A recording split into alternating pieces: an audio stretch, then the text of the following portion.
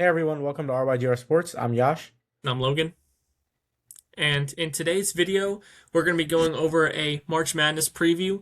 The bracket just dropped last night, and we have 68 teams that potentially could um, win the tournament and cut down the nets. Obviously, we have the first four games on tomorrow and Wednesday for our spot to get in the tournament. Now, when you look at this year's bracket, similar to last year, it's very top heavy, meaning we have some really, really good teams in this bracket this year. I feel like there's really three teams that are far and away the best teams in the country, being Michigan, Duke, and Arizona. I know Michigan lost in the Big Ten championship game against Purdue, but other than that, this team has proven they are one of the best teams in the country this year. And then, of course, Duke, who has been so good this year, and Arizona as well. I think those three teams are definitely the favorites in this year's bracket. When you look at some of the first round games, similar to last year, I think we are not going to get a lot of upsets. I know last year we had a bunch of chalk, a bunch of one seeds and two seeds go very far in the tournament last year. And I think a similar thing will happen this year because I kind of previewed the betting lines for a lot of these games, and I believe every one seed through four seed team is a double digit favorite in their first round games, which has never happened in the history of this March Madness bracket. So that kind of, shows how NIL and the transfer portal has really affected college basketball. I mean, these teams are getting very top heavy. A lot of these kids, high school kids, are just going to the best programs. That's why, we have so many great teams every year. And, I don't want to see the Cinderella story kind of die in future years. But it's kind of looking like it's going towards that way. But anyways, back to the bracket. A couple of games that I kind of wanted to preview. A couple of upset picks that could happen. A couple of picks that I'm pretty confident in. I actually filled out a bracket last night in a couple minutes with my girlfriend. I'm probably gonna refine it and edit it a little bit. Once Thursday comes along. But here are some upsets that I actually did pick. When you look at the East region, I picked 11-seeded South Florida over 6-seeded Louisville. South Florida just won their conference tournament and have nothing but momentum going into this game. It's two very high-powered offenses. So really, whichever team gets hot could probably win this game. I know they have Louisville, I think, as a 6-point favorite or 5-point favorite in this game coming into it. And Louisville also has a lot of really elite guard play. Mikael Brown Jr., who is an NBA prospect, could go off in this game, and they have the total at 165.5. So, the betting lines really can see this game being very offensive, and I think that's how it's going to go. This game's on 1:30 on Thursday, so it's going to be one of the first games that are on to start the day. So I think South Florida is very live for an upset in that game, and they would play the winner of Michigan State and North Dakota State in the second round. Ultimately, I do have Michigan State winning that game and getting to the Sweet 16.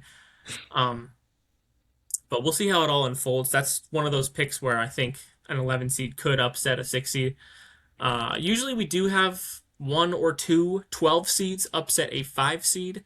I don't believe it happened last year, though. So we'll see what happens this year. One that I wanted to highlight is Wisconsin and High Point. High Point was on a lot of people's radars as an upset pick this year. They're 30-4 this year, which is very, very good. So they are definitely live to upset Wisconsin, who went 24-10 in the Big Ten this year, but they have a couple of really, really great wins. I mean, they beat Michigan on the road. I believe they beat Illinois and they beat Michigan State. So this team has, and they barely lost to Michigan in the Big Ten tournament on a game winner at the end of the game. So I picked the Badgers to win this game against High Point, but they have the line at 164.5, which is very high. So I do think Wisconsin pulls out the game in a close one. So I have them moving on, but don't be surprised if that game is getting close within the last few minutes. I'm going to turn it over to Yash for a few picks, and then I'm going to go over some more first round games that I think you should be watching. Yeah, so obviously I know Logan was talking about Michigan State going against North Dakota. He's a big Michigan State fan, as we know. I do have Michigan State winning. I actually have Michigan State getting all the way to the round of. Wait, I'm trying to think. It'd In be the eight, the yeah Elite Eight. I do have them losing to UConn in the Elite Eight, or that'll be round of 16, I think. 2016. Yeah, yeah, Sweet 16. Sorry, I have them losing in the Sweet 16 to UConn, and I think one of the teams that really has is kind of have like gonna have like a dark horse run or Cinderella run is gonna be UCF. Now, every year there's always just this one team that kind of just ends up going crazy, and they're starting off against going against they're the 10 seed. They're starting off going against UCLA, who's the 7 seed. I think that's gonna be a tight game. Both great teams. I mean, obviously, if you make this tournament, you're a good team, but at the end of the day, it all comes down to just it's only one game, right? And I feel like you know that's going to be the team that this year that kind of makes it a little deep into the March Madness tournament this season. I do think that their ceiling is going to be the Sweet 16. I think any team that's not the 1 through 4 actually their ceiling is the Sweet 16. Like Logan said before, I do think that this is one of those years where all the favorites are going to end up winning it. Or at least being in like the final four. I think the final four is going to have all 1 or 2 seeds. Um, but I do have or another matchup that I actually wanted to go over was Ohio State versus TCU. 8 and 9 seed. I think that's going to be a really tight game as well. I do have Ohio State winning that game. Probably not by much. Probably only by like 4 or 5 points. Um, but going to the Midwest now. I have Georgia and St. Louis as probably the game of the day. Uh, I do believe Georgia will pull that game off as the 8 seed. I think that game will be decided within 2 or 3 points. Yeah, Georgia and St. Louis are two very high-powered offenses. I think that's the highest totaled game we have in the first round at 169 and a half. So both of these Okay. teams can score a lot of points. So, I do also have Georgia winning that game, but St. Louis is great. So I wouldn't be surprised if they win as well. They're 28 and 5. Um, so, that game could kind of go either way. I do think Michigan ends up beating the winner of that pretty easily, but we'll see what happens there. Another game that I wanted to go over in this first round is Kentucky and Santa Clara. Now, the Wildcats started off this year kind of shaky. A lot of teams were kind of debating, a lot of people were kind of debating whether this team would actually make the tournament this year because they started off preseason ranked really high. I think they were in the top 10 at the beginning of the year, and then they kind of faded throughout the year. Obviously, people were debating whether Mark Pope should keep his job as head coach. And ultimately, they did kind of recover pretty nicely. I know they're 21 and 13, which is not great, but they have a couple of really nice players on this team. Oteka Owe can score the ball. They got the Aberdeen kid, who's a really good point guard. Colin Chandler, who's also really solid. Michael Moreno, who's a really consistent forward on that team. And they score a lot of points. And I think they end up beating Santa Clara in this game pretty easily. They have the line at 3.5 towards Kentucky, but I think they end up winning by double digits in this game. Santa Clara went 26 and 8 in the WCC, which is the same conference Gonzaga and St. Mary's plays in, and it's not great.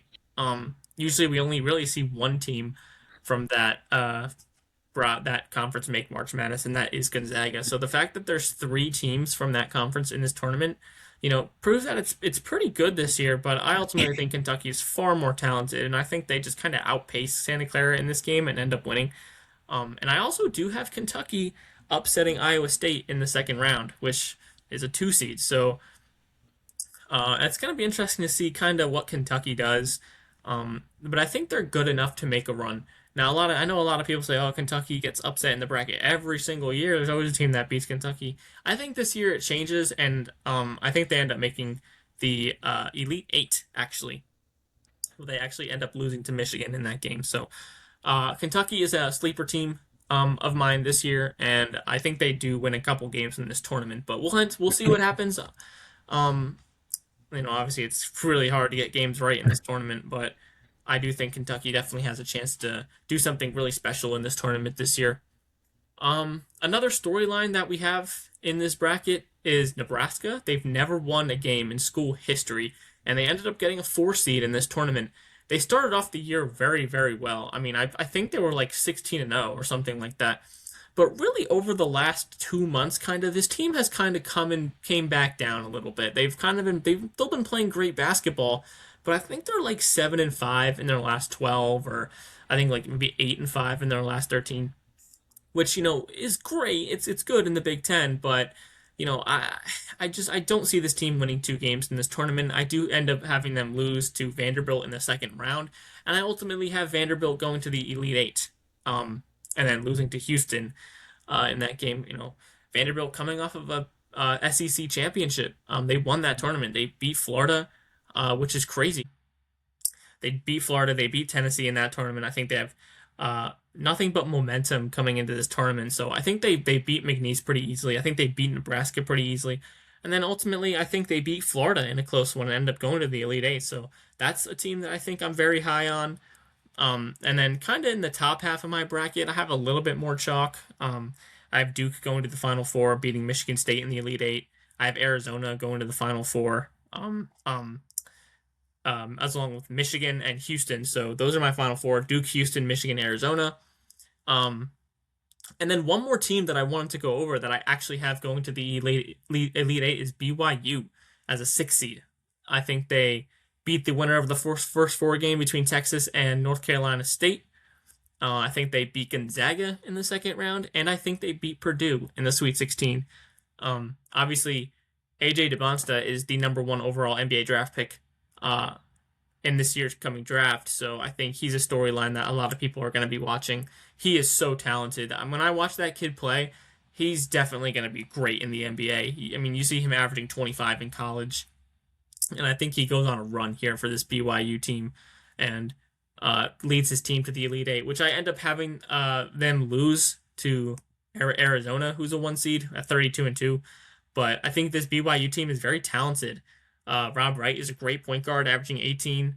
They've got some great players, and I think their run to the Elite Eight is not very easy. They're gonna run into Gonzaga in the second round, who's always kind of a tough matchup.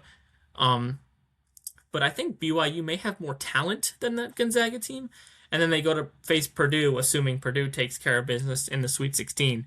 Now I know Purdue just won the Big Ten championship tournament, which is very great. I mean, we kind of saw Purdue declining a little bit, and now they're soaring, coming off of some huge wins. So I think that's going to be one of the games of the tournament if we end up getting that matchup in the Sweet 16. But I ultimately have AJ DeBonsta and that BYU team moving to the Elite Eight.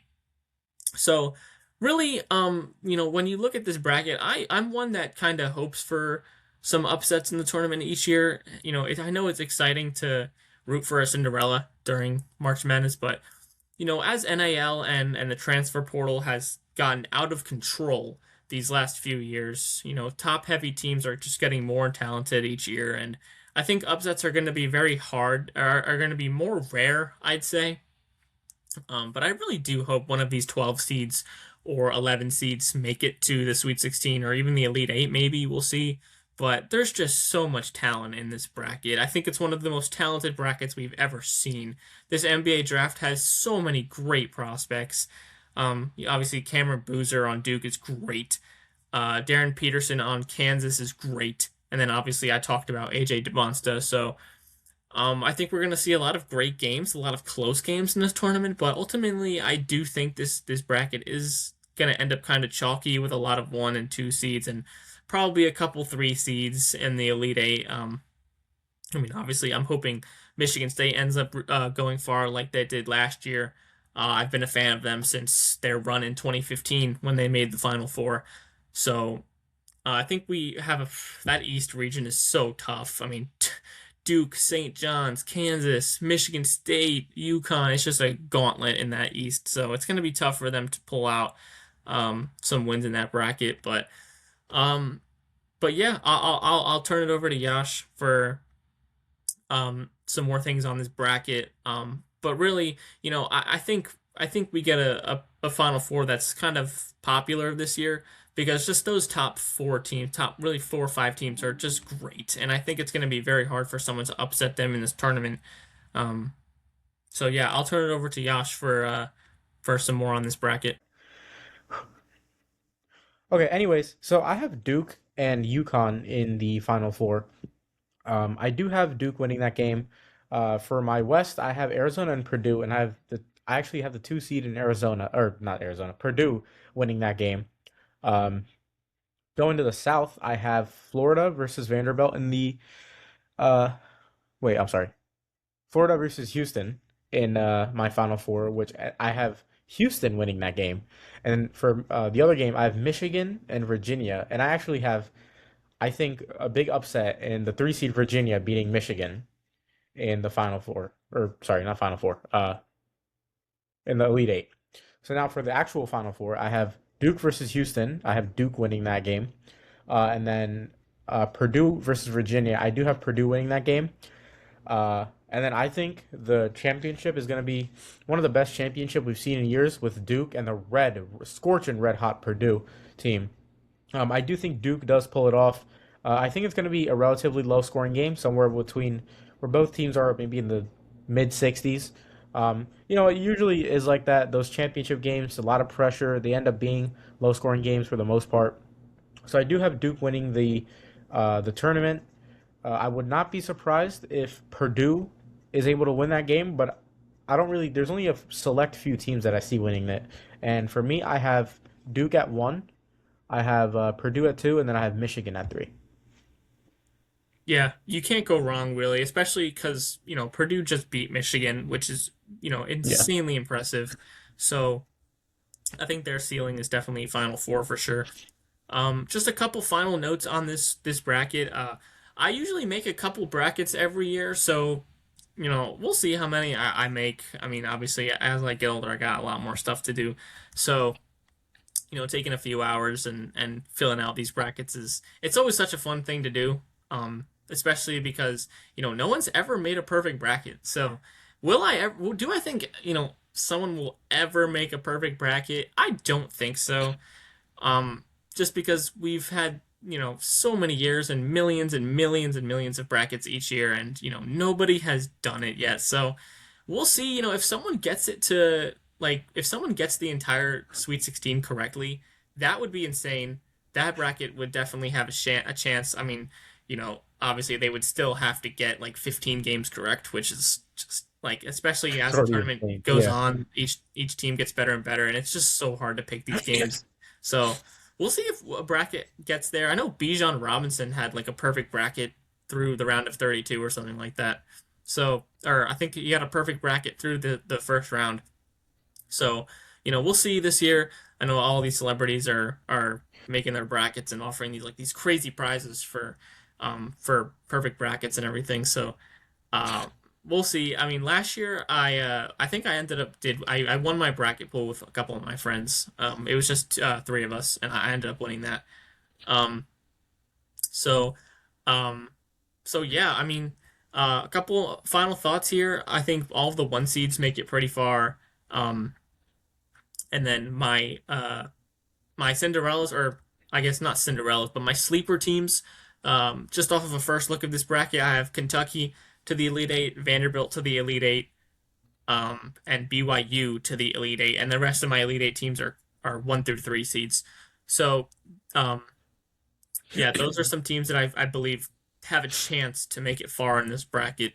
And then we're going to have some crazy first round games like we do every year. A lot of these games are going to come down to the final 2 minutes, and it's going to be super exciting to see which of these teams can go on a run and get hot. So that's going to do it for me for this preview video. Hope you guys enjoy. Leave your own March Madness predictions in the comments below. And yeah, hope you like this video, and we'll see you guys next time. Anything else from you, Yash, before we sign off here? No, not really. But I do have an offer for the people in the comments. If somebody somehow magically who comments on this video is able to get what's it called, the March Madness bracket completely right, then I guess we will have a prize coming towards your way. I highly doubt it, but if you do it, then I feel like it's really well deserved. So, that's about it. All right, guys. Well, we'll see you guys in our next video. We're gonna preview once the Sweet 16 comes. We're gonna preview that round, and that's not gonna be till next week because the first two rounds are through this weekend, and then the Sweet 16 will come. So we'll make a video once we have 16 teams left in this bracket, and then we'll obviously preview the Elite Eight and the Final Four as well. So, yeah, we'll see you guys in our next video. Hope you enjoyed. Leave a comment with your own predictions down below, and we'll see you guys in our next video. See ya.